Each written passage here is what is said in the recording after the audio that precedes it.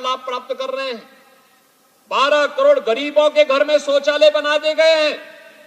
10 करोड़ गरीबों के घर में उज्ज्वला योजना का एलपीजी का सिलेंडर पहुंच गया है। 4 करोड़ गरीबों के पीएम आवास बन गए हैं। ये सब कुछ 10 वर्ष में मोदी जी ने किया। क्या किसी का चेहरा देखकर, किसी की जाति देखकर, किसी का मत और मजहब देखकर नहीं, मोदी जी का एक ही मंत्र था, वह था सबका साथ और सबका विकास। एक तरफ विकास इंफ्रास्ट्रक्चर के लिए मोदी जी के मार्गदर्शन में गडकरी जी ने हाईवे का एक लंबा जाल देश के अंदर फैला दिया। 1947 से लेकर 2014 तक जितने हाईवे बने थे, 2014 से 2024 के बीच में उसके दुगने हाईवे बन गए देश के अंदर। बहनों और भाइयों, 1947 से पहले से लेकर के 2014 तक जितने एयरपोर्ट थे, केवल 74 एयरपोर्ट थे। आज देश के अंदर 150 एयरपोर्ट हैं। एयर कनेक्टिविटी बेहतर हुई है। पहले 5 सिटी में मेट्रो चलती थी, आज देश के अंदर 20 सिटी में मेट्रो चल रही है। पहले केवल 7 एम्स थे, आज देश के अंदर 22 एम्स हैं। IIT, IIM, triple IT, NIT, world class university, हर घर नल की योजना, ये आज पूरे देश के अंदर हम सबको दिखाई दे रहा है। नए भारत में सम्मान भी है, सुरक्षा भी है, विकास भी है, गरीब कल्याण भी है, और इस सब से बढ़कर के और भी है, वह है आपकी आस्था का सम्मान भी है। आपकी आस्था का सम्मान भी है। कांग्रेस ने 65 वर्षों तक शासन किया है ना कांग्रेस ने 65 वर्षों तक देश में शासन। अयोध्या में राम मंदिर का निर्माण क्यों नहीं कर पाए? क्या कांग्रेस अयोध्या में राम मंदिर का निर्माण कर सकती थी क्या? कर सकती थी क्या? मैं तो आपका अभिनंदन करूंगा कि अयोध्या में राम मंदिर आंदोलन में महाराष्ट्र के यहां के बहादुर नौजवानों ने बढ़ चढ़ करके भाग लिया, गुलामी के ढांचे को हटाने में अपना योगदान दिया, और राम मंदिर निर्माण में भी जितना धन लग रहा था, महाराष्ट्र ने कहा हम सहयोग करेंगे। महाराष्ट्र बढ़ चढ़ करके सामने आया। बहनों और भाइयों, आज अयोध्या में राम मंदिर का निर्माण हो गया ना। कांग्रेस के लोग क्या कहते थे जब कोर्ट ने फैसला नहीं किया था? कांग्रेस के लोग कहते थे अगर फैसला हो जाएगा तो खून की नदियां बहेंगी। जब मैं चीफ मिनिस्टर बना, मुझसे पूछा गया कि कांग्रेस के लोग ये कह रहे हैं, मैंने कहा देखो हम छेड़ेंगे नहीं, लेकिन कोई छेड़ेगा तो छोड़ेंगे भी नहीं, चिंता मत करो। अयोध्या में राम मंदिर भी बनेगा, और हमने कहा न्यायालय का फैसला आएगा उसका अक्षरशः पालन भी करेंगे। और खून की नदियां बहाने की बात तो दूर, एक मच्छर भी नहीं मरने वाला है, मच्छर भी नहीं मरेगा, शांतिपूर्ण तरीके से होगा। और बहनों और भाइयों, आप देख रहे होंगे अयोध्या में, अब तो आप अयोध्या जाएंगे आपको लगेगा ही नहीं, आपको लगेगा कि जैसे भगवान राम के समय की अयोध्या फिर से स्थापित हो गई। पूरा नई अयोध्या बना दी गई। अयोध्या में आपने 22 जनवरी को प्रधानमंत्री जी के इस कार्यक्रम को देखा होगा। मोदी जी के नेतृत्व में कैसे अयोध्या में रामलला का प्राण प्रतिष्ठा का समारोह संपन्न हुआ। कांग्रेस के लोग तो एक भी प्रधानमंत्री अयोध्या नहीं गए, डर लगता था अयोध्या जाने में, कहीं वोट बैंक न खिसक जाए। यानी देश की कीमत पर वोट बैंक, भारत की आस्था की कीमत पर वोट बैंक, और ये लोग लगातार आपकी आस्था के साथ खिलवाड़ कर रहे थे।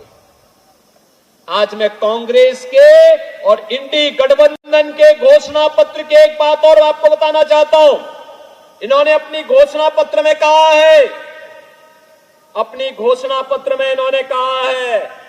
इन्होंने कहा है बहनों और भाइयों कि अगर कांग्रेस नेतृत्व की इंडी गठबंधन की सरकार बनेगी तो वह अल्पसंख्यकों को उनकी रुचि के हिसाब से खान पान की स्वतंत्रता देंगे। अब मैं पूछना चाहता हूं, ऐसी कौन सी रुचि है मुस्लिम समाज की जो हिंदुओं से अलग है? अरे रोटी वो भी खाते होंगे, चावल वो भी खाते होंगे, ढोकला वो भी खाते होंगे, सब कुछ खाते होंगे, लेकिन उनकी अतिरिक्त, इससे अतिरिक्त रुचि क्या है? हिंदू गौ कसी को स्वीकार नहीं कर सकता, गौ मांस नहीं भक्षण करता, लेकिन वह चिढ़ाने केले जरूर करना होगा और इसीलिए उसके खिलाफ कार्रवाई होती है। कांग्रेस देश के अंदर गौ हत्या की खुली छूट देना चाहता है। क्या आप स्वीकार करेंगे? क्या स्वीकार करेंगे इसको? यानी ये तो महापाप का कारण बनेगा अगर हमारा वोट ऐसे लोगों के लिए जाता है जो गौ हत्यारों को प्रश्रय देते हैं और गौ मांस को देश के अंदर प्रेरित और प्रोत्साहित करते हैं। वह हम सब के लिए इससे बड़ा पाप का कारण दूसरा बन ही नहीं सकता। ये पाप आज कांग्रेस करने जा रही है। और दूसरा, इसके द्वारा भरमाने के बहुत सारे प्रयास हो रहे हैं। बहनों और भाइयों, भरमाने के क्या प्रयास?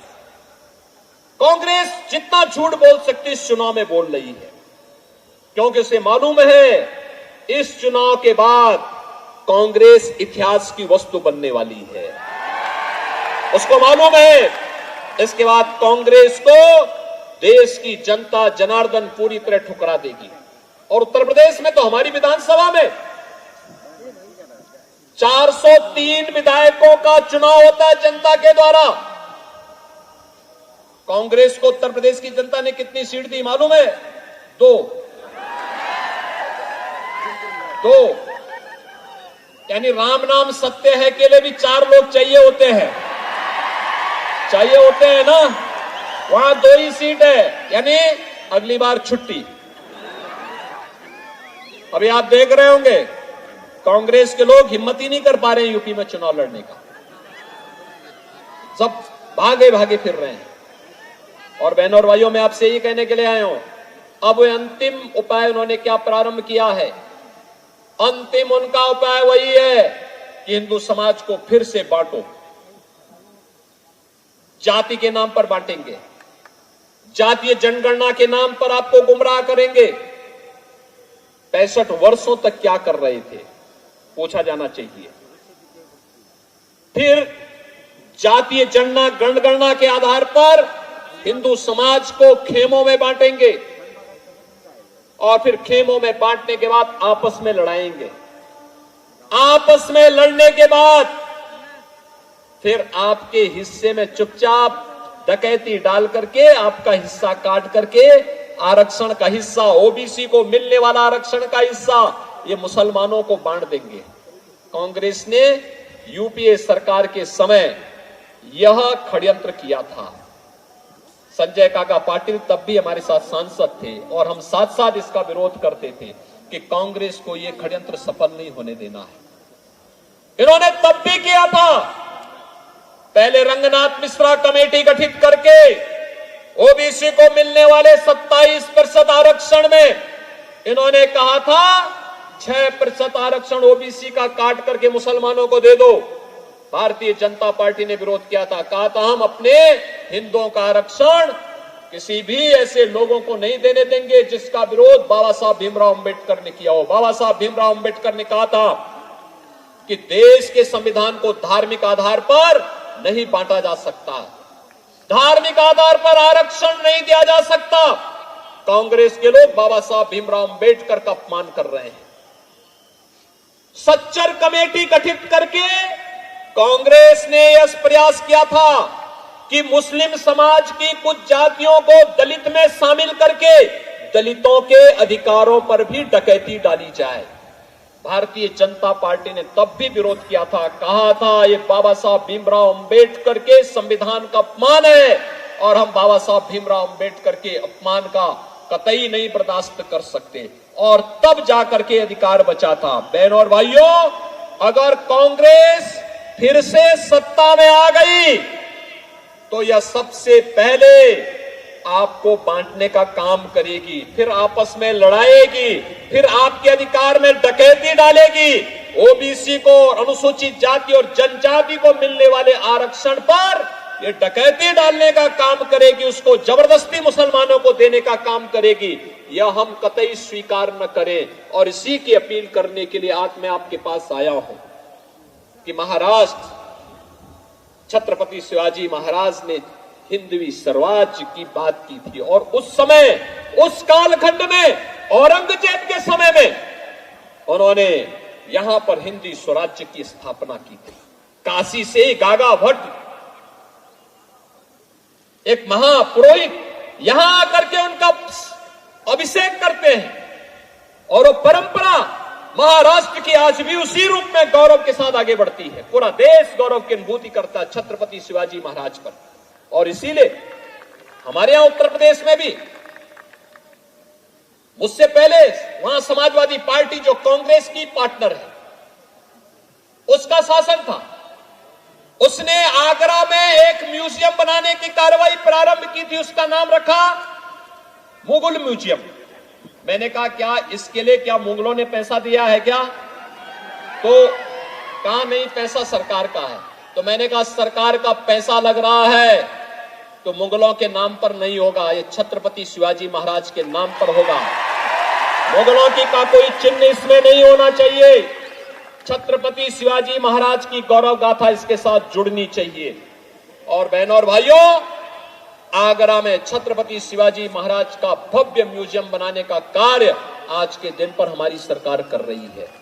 हमें प्रधानमंत्री मोदी जी ने आजादी के अमृत महोत्सव वर्ष में एक ही बात कही थी, सबसे पहले गौरव, देश के अंदर जितने भी गुलामी के प्रतीक हैं इनको समाप्त करना, और दूसरा विरासत पर गौरव की अनुभूति करना। छत्रपति शिवाजी महाराज, महात्मा फूले, सावित्रीबाई फूले और यहां की संतों की परंपरा, ये हमारी विरासत है। इस विरासत पर गौरव की अनुभूति हमें करनी है। कांग्रेस, आपने देखा होगा, सेम पेत्रोदा का बयान आपने पढ़ा होगा ना, क्या कहता है? हम विरासत टैक्स लगाएंगे, यानी अब हमारी विरासत हमारी और टैक्स कांग्रेस के लोग वसूली करेंगे। क्या आप छूट देंगे क्या? कांग्रेस को छूट देंगे क्या? अपनी विरासत पर, बाप दादों की कमाई पर, पूर्वजों की कमाई पर क्या कांग्रेस को लूटने की छूट देंगे? बहनों और भाइयों, यह स्वीकार नहीं होना चाहिए, कतई स्वीकार नहीं होना चाहिए। और सांगली में मैं इसलिए भी आया हूं, सांगली में बत्ती सिराला आप गए होंगे, वहां के हमारे मोहन जी भी यहां आए हैं। हमारा वहां पर बहुत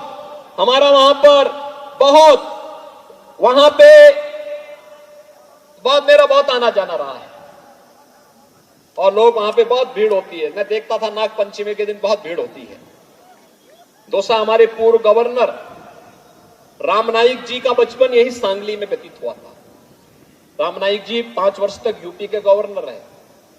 और बहनों और भाइयों, आज मैं इसीलिए आपसे अपील करने के लिए आया हूं कि मोदी जी ने आपकी आस्था का सम्मान भी किया है, सुरक्षा भी दे रही है, और अब उन्होंने कहा है कि हमें यह तीसरी पारी इसलिए चाहिए जिससे हम आत्मनिर्भर और विकसित भारत की परिकल्पना को साकार कर सकें।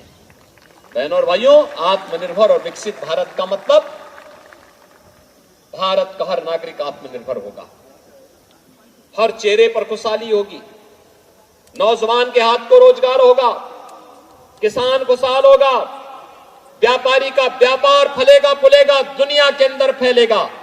और इसके लिए हमें आस्था का भी सम्मान करना है। कांग्रेस के लोग आपकी आस्था का सम्मान नहीं कर सकते। आप मुझे बताओ, कितने लोग हैं जो अयोध्या गए? कितने लोग अयोध्या जाना चाहेंगे? अरे पूरा ही सांगली जाना चाहता। संजय काका, एक ट्रेन बुक करवा देना 7 के बाद, और जब आना हो मुझे सूचना कर देना। अयोध्या में हम स्वागत की तैयारी कर देंगे। बहनों और भाइयों, आज के दिन पर अयोध्या में आज के दिन पर अयोध्या में 5 लाख लोग एक दिन में भी आ जाएंगे तो भी रामलला का दर्शन करने में कोई दिक्कत नहीं होगी, कोई दिक्कत नहीं होगी, कोई समस्या नहीं होगी। अब तो मैंने कहा ना, एक नई अयोध्या बन गई है और इसीलिए मैं आपका आह्वान करूंगा, ये सुरक्षा भी, विरासत का सम्मान भी, आस्था का सम्मान भी, एक केवल और केवल मोदी जी की गारंटी ही इसमें आपके लिए उपयोगी हो पाएगी। केवल मोदी जी की गारंटी, और मोदी जी इसके लिए गारंटी दे सकते हैं, कोई और इस कार्य को नहीं कर सकता है। और इसीलिए हम आए हैं। संजय काका पाटिल और मैं दोनों एक साथ कई बार सांसद रहे हैं, एक साथ रहे हैं, लंबे समय तक रहे हैं। मुझे हमारी पार्टी ने बाद में उत्तर प्रदेश में भेज दिया है, उत्तर प्रदेश में, क्योंकि ये सब बड़े बड़े कार्य जो मोदी जी के विजन के कार्य थे उनको जमीनी धरातल पर करना था। एक तरफ राम मंदिर बनाना था और दूसरी तरफ वहां के माफियाओं को राम नाम सत्य की यात्रा पे भी भेजना था। आप देख रहे होंगे ना, यूपी में दंगा तो नहीं होता ना, कभी नाम सुना यूपी में दंगे का? बीजेपी के आने के पहले वहां रोज दंगे होते थे, कर्फ्यू लगता था। बहनों और भाइयों, पिछले 7 वर्ष में कोई दंगा नहीं, कोई कर्फ्यू नहीं। और इसीलिए मैं आपसे कहने के लिए आया हूं, बीजेपी इस बात की गारंटी होगी, सुरक्षा भी देगी, सम्मान भी देगी और विकास को और रोजगार को भी तेजी के साथ आगे बढ़ाने का काम केवल बीजेपी कर पाएगी। और इसीलिए मैं आया हूं, भारतीय जनता पार्टी और एनडीए ने, जिसमें हमारे सहयोगी शिवसेना और एनसीपी, ये दोनों यहां पर, दोनों के नेता भी हैं, इन सब ने संजय काका पाटिल को अपना समर्थन देकर के मोदी जी ने उन्हें अपना प्रत्याशी बनाकर के यहां भेजा है। बहनों और भाइयों, हर व्यक्ति कह रहा है कि सांगली से संजय काका पाटिल जीतेंगे, आपका आशीर्वाद है। लेकिन मैं चूंकि आया था तो मैंने कहा भी हम लोग भी चलेंगे, और मैं इसीलिए आज आपके बीच में आया हूं, आपसे अपील करने के लिए कि हमें भारत को आत्मनिर्भर भारत और विकसित भारत बनाना है। इसलिए ये वहीं का रास्ता निकलना है। छत्रपति शिवाजी महाराज का हिंदवी स्वराज्य का मार्ग यही है जो मोदी जी ने आज विकसित भारत की बात की है, यही राम राज्य भी है।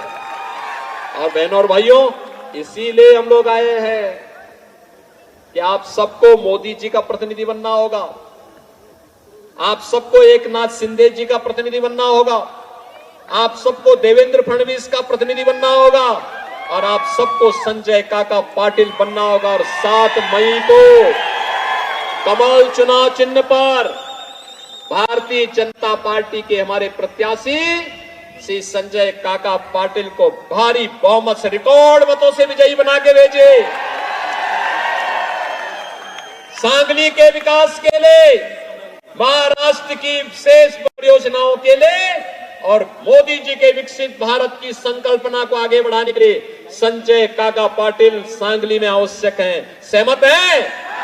सभी लोग सहमत हैं? सभी लोग सहमत हैं?